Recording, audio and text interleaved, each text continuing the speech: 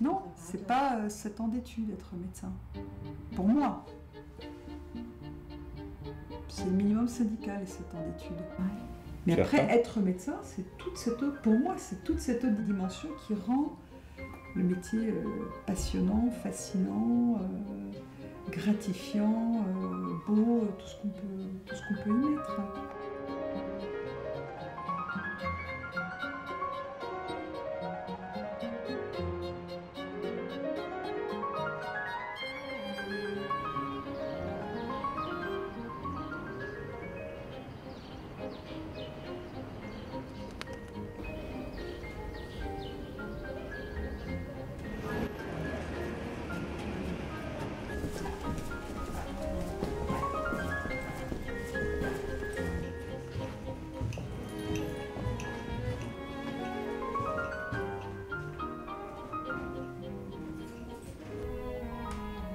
Sinon, au niveau du souffle.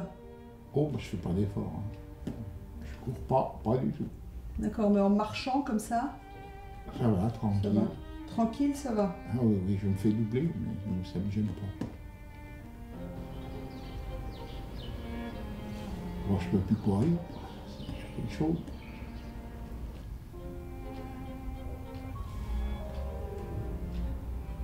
Cette autre dimension, est-ce qu'on peut l'apprendre? Est-ce qu'on peut... Je ne sais pas, mais c'est sûr qu'on peut au moins éveiller les gens à cette dimension-là. Oui, c'est ce que tu appelles vraiment le care.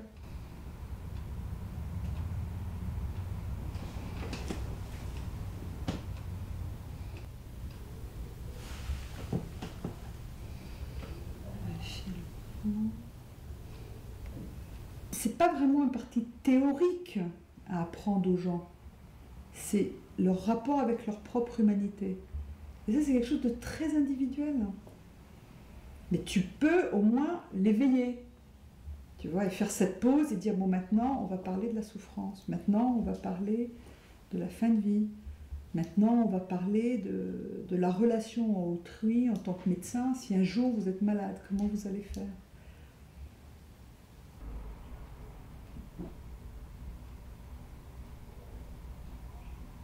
Bonjour.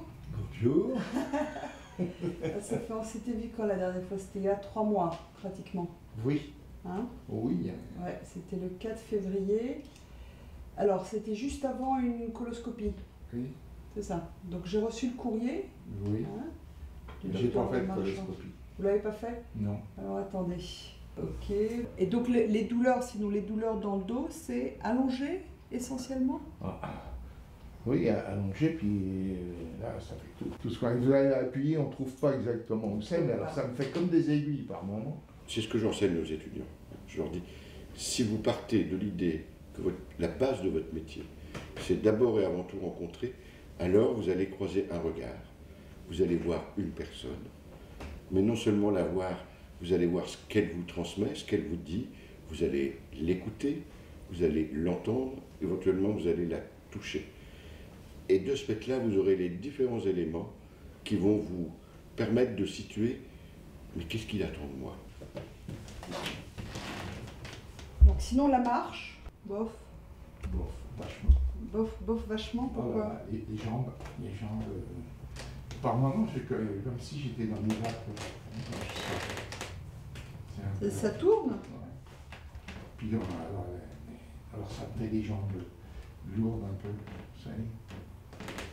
D'accord, mais elle fatigue de façon inhabituelle? Oui. Même le matin, quand je me lève, tout ça, je sors, je vais toujours faire un tour, puis là, je fatigue. À partir d'une certaine certaine distance. Quand je suis arrivé, là, tout à ouais. l'heure, j'étais content de m'asseoir. Hein. Ouais, non, mais j'avais vu qu'en fait, il y avait une faute musculaire. Et c'est pour ça que les gens, ils sont étonnés. Ils viennent pour un mal au pied, ils me disent, bah bon, moi, jamais examiné comme ça. Je dis, ben oui, pour moi, c'est un patient, c'est un total. Il a une tête, il a un cœur, il a des poumons, il a un foie. Ça prend 5 minutes, vraiment.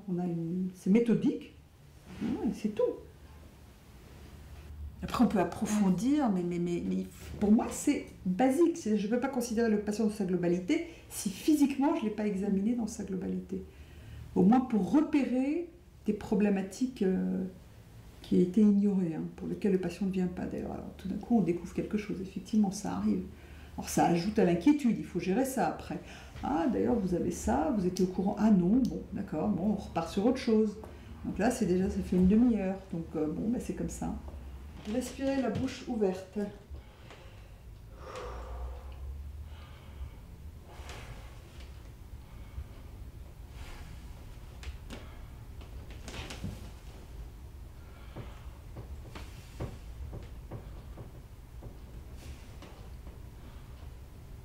Parfait. Donc là, vous voyez, c'est une petite douleur. Là. C'est toujours là, hein? Ouais, ouais. Je revois tourner. Hop, je vais mettre là comme ça. Le médecin a un rapport au corps. D'ailleurs, c'est pour ça que les patients n'ont aucune difficulté à se laisser toucher par le médecin, regarder par le médecin. Ils savent bien que c'est un regard qui est distancié à une distance juste. Il n'est pas intrusif. Je ne vous regarde pas comme femme quand je vous regarde en vous examinant. Je vous regarde comme une personne. Mais le contact physique avec le patient est très important. Quand je les ausculte, quand je les examine, je touche en plus que simplement les 3 points de l'auscultation. Je touche en plus, je mets la main sur l'épaule, je mets la main sur le ventre d'une certaine façon. C'est-à-dire c'est même dans l'examen physique où il y a ce plus. Ouais, moi aussi, je fais des trucs comme ça. Et... Là, c'est tendu ou non? Oui ou non? Qu'est-ce que vous voulez que... Non. Non, pas particulièrement. D'accord. Si vous fléchissez à droite, là, ça fait mal où? Vous n'avez pas du tout à fléchir. Non. Tout raide, comme ça. Ah oui, oui. Oula, oula. Bon, en arrière, vous arrivez un peu. Non, c'est vite. rempli. D'accord. Et en avant, vous arrivez? Oui, alors là. Pas de problème. Ok. La personne, elle a besoin de se sentir bien, de se sentir considérée, éventuellement de se sentir aimée, de se sentir à une place, pas nécessairement la place, mais une place, sa place. Et elle a envie d'être dans quelque chose qui nous lie. Une fois, j'avais comme une barre là. Bon, Une fois quand? C'était quand? Oh, je sais pas, il y a une quinzaine de jours. J'étais couché dans mon lit et d'un seul coup, j'étais étonné, oui, ça faisait une barre. Puis c'est parti. Je suis comme eux. Voilà. Cette distance, ce piédestal, si vous voulez, comme le professeur Gadot, je m'assois à leur niveau. Et des fois même ça m'arrive de me mettre de l'autre côté du bureau pour parler aux gens. Pour casser cette projection, cette image et ce piédestal.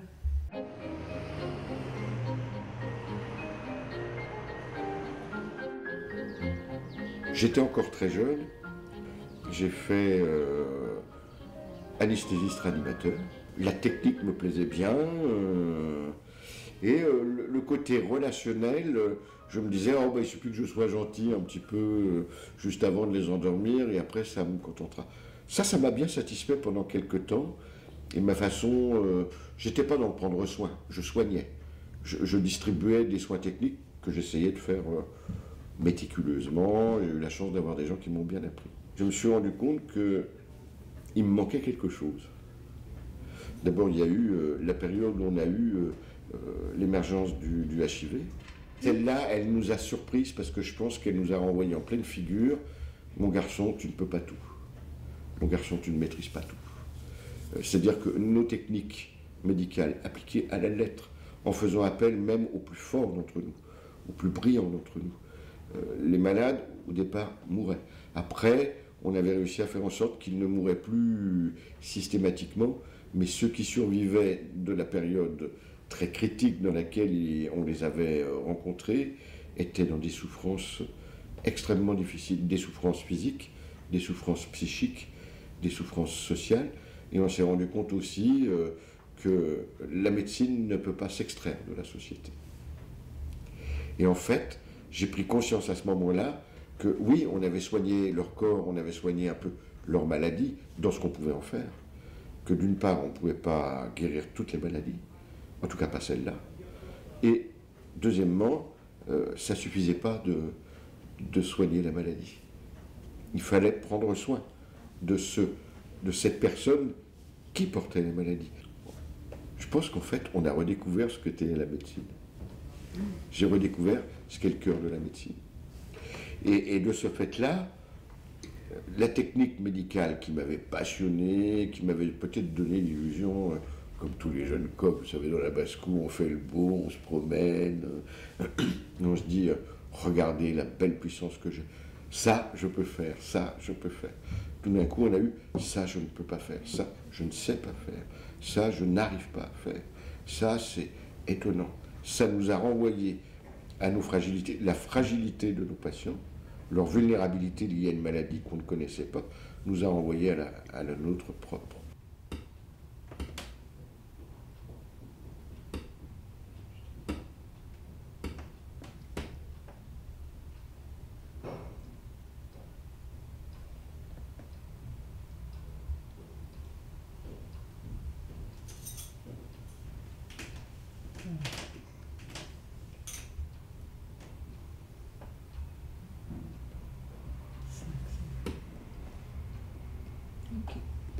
Très bien, parfait. 14. C'est pas vrai. Si. Oh là là, il y a Ouais. 14, 6. 14, 6. Oh, ouais. Il y a de la faiblesse. Oui, il y a de la faiblesse. Ouais. Ouais. Tenez, asseyez-vous, vous me dites si ça tourne quand vous asseyez. Est-ce que ça tourne? Non, ça tourne pas là. Ah, pas de maman, non. Non, non. Du tout. Non, non. C'est-à-dire que si je ferais la médecine en 10 minutes, en prenant, étant très technique, bon, les symptômes, le diagnostic, un traitement, à la fin de la journée, j'aurais l'impression d'avoir rien fait. Franchement, ça aurait été comme un programme informatique, quoi. C'est entrer des données, sortir un diagnostic, et c'est pas cet aspect-là, dans la dimension médecin-malade, qui m'intéresse. Je suis relativement calée, donc les diagnostics, j'y arrive pas trop mal, j'arrive pas trop mal à traiter les gens, mais cette dimension-là, je la trouve ennuyeuse à un moment donné, parce qu'elle se répète, c'est toujours la même chose. Alors que l'autre dimension, c'est ça qui enrichit et moi et le patient. Et elle est quasiment certaine qu'il va vous reparler de l'opération quand même. Déjà la dernière fois, c'était assez limite, quoi. Bon, à bon âge, ça vaut pas le coup. Ouais, si, absolument ça vaut le coup. Ah ouais. Surtout s'ils ne sont même pas obligés d'ouvrir. Donc il faut lui demander quel type d'opération, et s'il peut faire ça par voie vasculaire, c'est-à-dire ils passent dans les vaisseaux et ils arrivent à écarter, à ouvrir les valves. La valve, elle est trop serrée. Donc le sang, en fait, il passe plus, ou il passe très mal. Et c'est ça, peut-être, qui a fait entraîner la douleur, hein, parce qu'il n'y avait pas assez de... Et je crois que c'est aussi dans le fait de faire de la médecine générale, c'est-à-dire de suivre des gens pendant des années, qu'il y a un biais de sélection. C'est-à-dire que les gens qui viennent ici, qui sont prêts à attendre 1 heure, voire 2 heures dans la salle d'attente, ils cherchent autre chose que le diagnostic rapide, le traitement, la guérison. C'est pour ça qu'ils attendent. Et dans ce sens-là, je me sens très redevable. C'est-à-dire qu'il faut qu'il y ait cette autre dimension dans la prise en charge.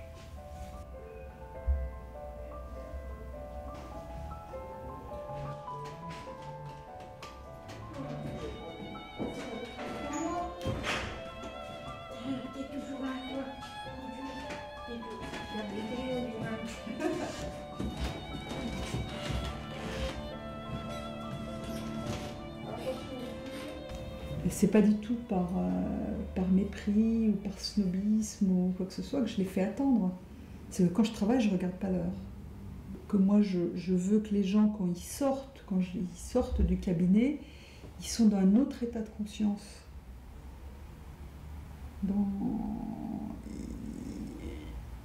Et pour ça, il faut prendre le temps.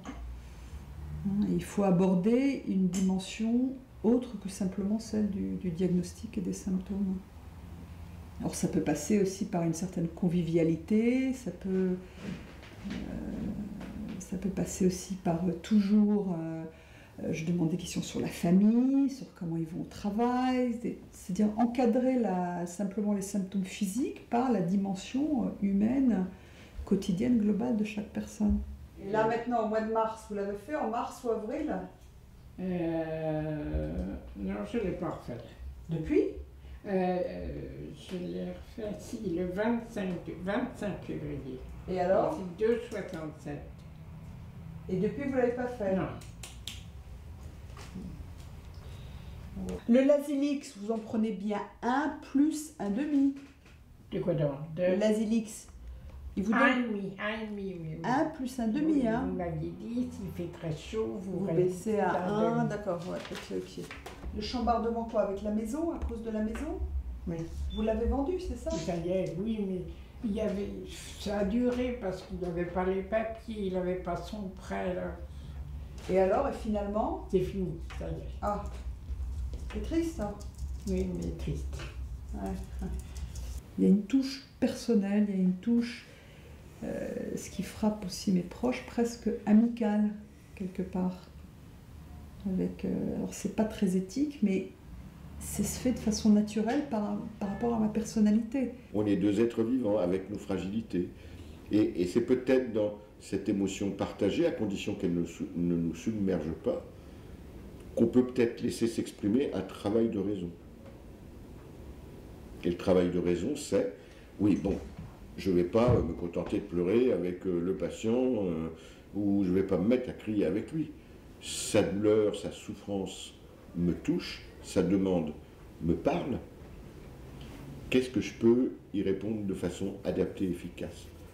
Je ne vais pas le prendre dans mes bras, ce n'est pas mon rôle, je ne suis pas sa mère, je ne suis pas son père, mais je peux quand même le toucher. Et je peux le toucher, mais en solidarité.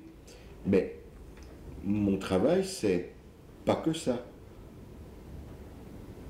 Non seulement je peux être dans des gestes humains, banalement humains, mais il attend de moi autre chose. Je ne suis pas son intime. Je ne suis pas son père, sa mère, son fils, son conjoint, vous voyez. Je suis un technicien de la médecine, un être qui lui dit encore de son humanité. Et la difficulté de l'acte du prendre soin, c'est de mêler le tout. Et en même temps, j'essaye de raisonner sur qu'est-ce qui est bon pour lui. Ok, donc comment ça s'est passé ces 3 mois? Eh ben, ça s'est passé avec beaucoup de fatigue, beaucoup de contrariété. Dans l'ensemble, ça a été à peu près, mais j'ai les jambes et les pieds de plus en plus enflés. Venez, je vais vous examiner, on va voir. Vous vous habituez jamais à la souffrance des autres. Moi, je suis régulièrement touché, ému, voire même bouleversé par les situations que je rencontre. Mais j'ai renoncé à retirer toutes les souffrances aux personnes. Je ne pourrai jamais vous empêcher d'être triste, d'être brisé parce que vous perdez quelqu'un que vous aimez. Je ne peux pas vous empêcher de vivre ça. Je ne peux pas vous en protéger. Je ne peux pas vous déshumaniser. Je ne peux pas vous retirer de la vie. Vous n'aurez plus de souffrance que quand vous serez mort.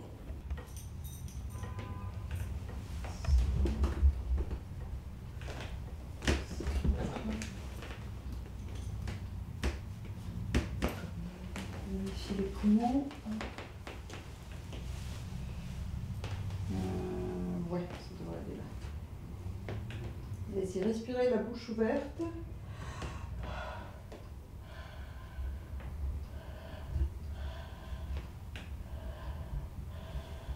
C'est impossible de faire de la médecine générale sans avoir un réseau. C'est impossible. Donc, ça, c'est un réseau qui se fait sur la durée et qui est basé sur la confiance et l'expérience. Ou l'expérience plutôt qui crée la confiance. Donc, c'est un carnet d'adresses où l'idée étant d'avoir des correspondants qui sont à tout moment disponibles pour écouter une plainte et y répondre. Et donc ça aussi, ça fait partie vraiment des choses auxquelles je tiens. Respirez. Ok, super. Je suis pas sûre que c'est plus gonflé qu'avant. Hein. C'est surtout les chevilles, hein, essentiellement. Oui. Hein. Ouais. Bon, là, c'est bien sec. Ouais. J'appelle ça mes lignes de vie. Donc, j'en ai 3 essentiellement. Dans le quotidien, c'est un pharmacien qui est très disponible, un biologiste très disponible et un radiologue. Ça, c'est la base. Donc, l'idée, c'est que s'il y a un problème grave, tout peut être fait le plus vite possible. C'est répondre à cette angoisse de la gravité. Il faut faire vite.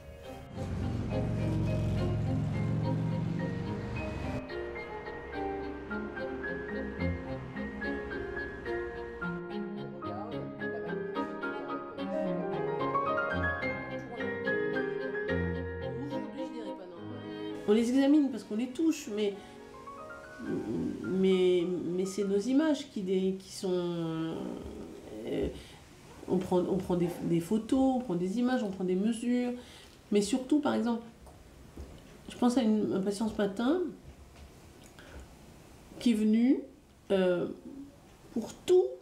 Tout était, voilà, ça ressemble à ci, ça ressemble à une pathologie bénigne, ça ressemble à tout est, ça mesure tant.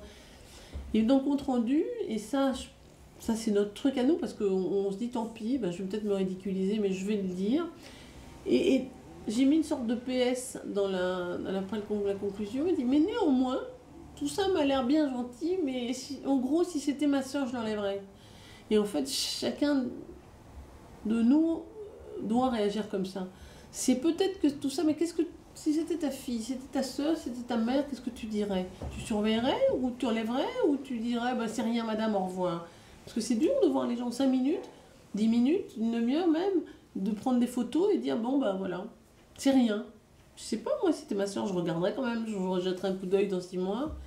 Je la laisserais pas dire au revoir madame, c'est rien. On regarde la mammographie avec ici la glande qui est en blanc, la graisse qui est en noir, et on voit une boule. Sauf que l'échographie, qui est un examen extraordinaire sur ce type de sein, puisque c'est un sein dense, ne retrouve rien.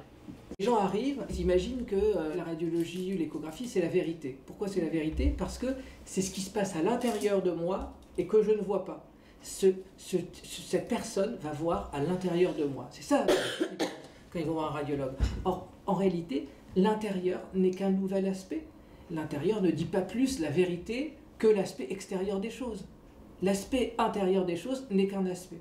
Est exceptionnel, d'ailleurs, on en a discuté plusieurs fois, hein, il dit, quand quelqu'un vient et qu'il souffre quelque part, je veux que, comme moi, un peu quand il part, oui, on lui a expliqué l'origine de sa souffrance. On trouve une explication à sa souffrance. Donc il s'acharne, c'est vraiment le mot acharnement, à trouver pourquoi la patiente, le patient, a mal à tel ou tel endroit.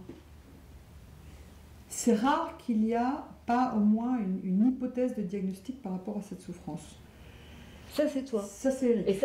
Oui, mais et c'est en même temps... C'est pour ça qu'on est très similaires.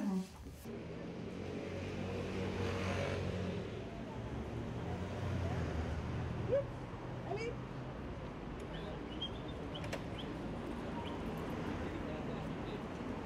Bonjour. Bonjour, il y a longtemps que je vous ai vu. Oui, il y a très longtemps, oui.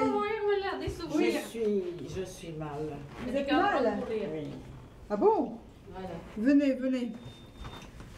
Ça fait 80, déjà 90, 95. À combien? 95. 80? 15. 95, c'est ça, voilà. oui. Bon. Oui, oui. Non mais vous serez ma centenaire, on est d'accord?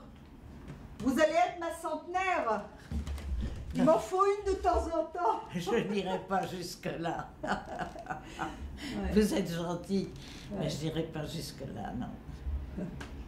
Je crois que vous venez juste à la fin. Ah bon? Oh non. Qu'est-ce qui vous fait dire ça? Je vais enlever ça alors. Hein, il fait pas froid. Mais il fait pas froid là. Qu'est-ce qui vous fait dire ça? Que depuis, ça va plus. Ben racontez-moi, expliquez-moi. Tout. Ah bon?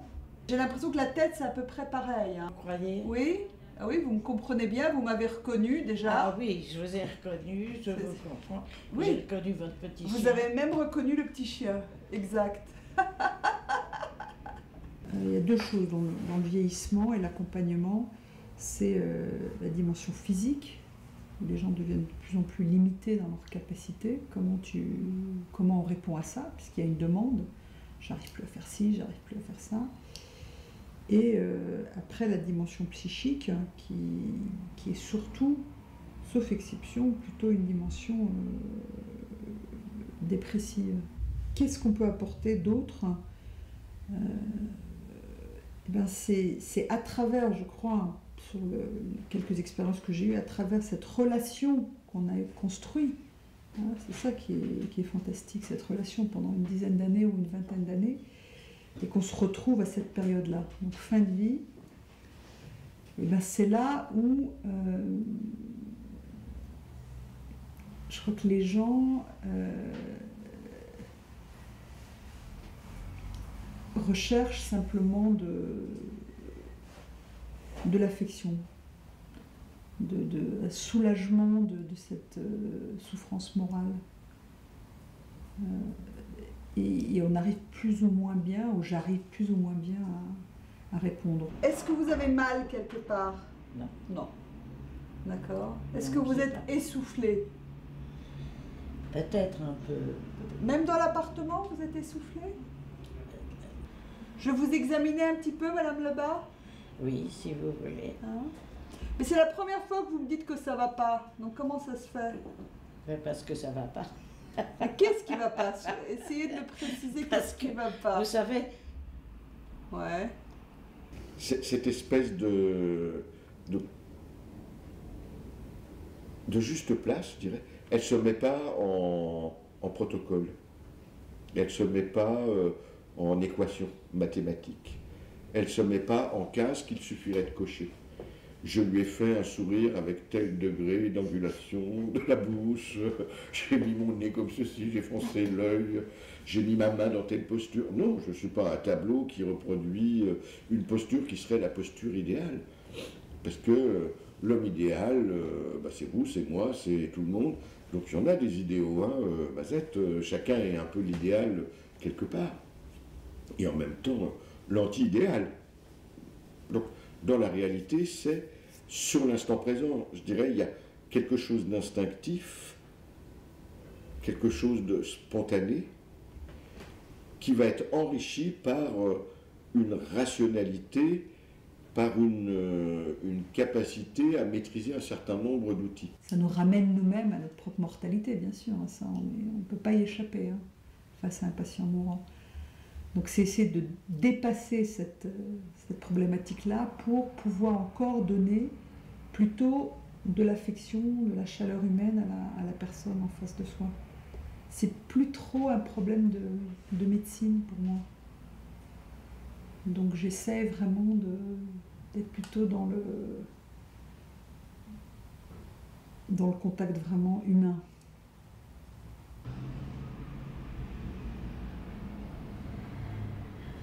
Est-ce qu'il y a des douleurs dans la poitrine?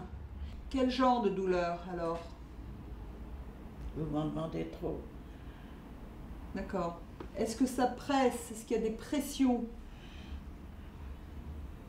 J'ai quelquefois de la peine à respirer. D'accord. Voyez? Ouais. Et ça c'est récent? Oui. Parce qu'avant vous vous en plaignez pas? D'accord. Non, la dernière fois que vous êtes venu, quand étiez-vous venu? C'était au mois de janvier. C'était après les fêtes, oui. Ah oui, et nous sommes en mai. Mai, bravo, oui, si, en mai. En oui, mai. Oui. Le 9 mai. Le 9 mai. Oui. Comme le temps passe. En quelle année on est? Alors, ça, c'est un piège, c'est un piège. Vous m'en demandez trop. Je vous un piège. On est en 1900. Non.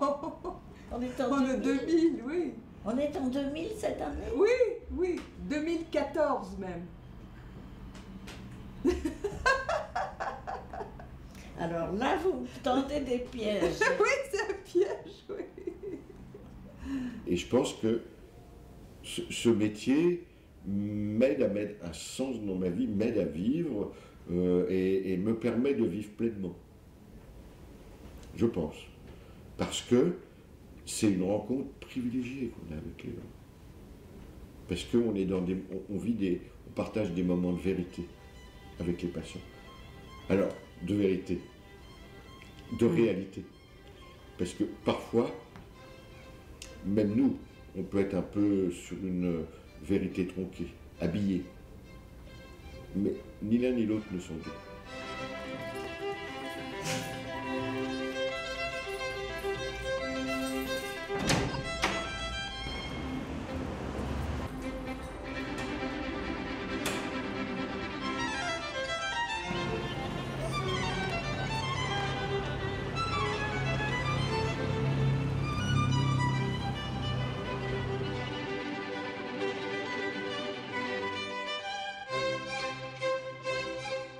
Est-ce que je vivrai encore pour voir le documentaire? Oui, je pense qu'on vivrait pour voir le documentaire. Quand est-ce qu'il paraîtra? À mon avis, dans 2-3 mois, il sera prêt. Si. 2-3 mois. Si vous avez vécu jusqu'à maintenant, 95 ans, je crois que 2-3 mois, c'est très peu. Hein. C'est relativement très peu. C'est relativement peu, mais je vais vous dire une chose aussi, c'est qu'en avançant en âge, chaque jour compte. Oui. Bon, ben, profitez de votre jeunesse. Merci. Merci. À bientôt, Madame Lebas. Je repasserai probablement la semaine prochaine pour faire un examen du cœur. D'accord? Allez.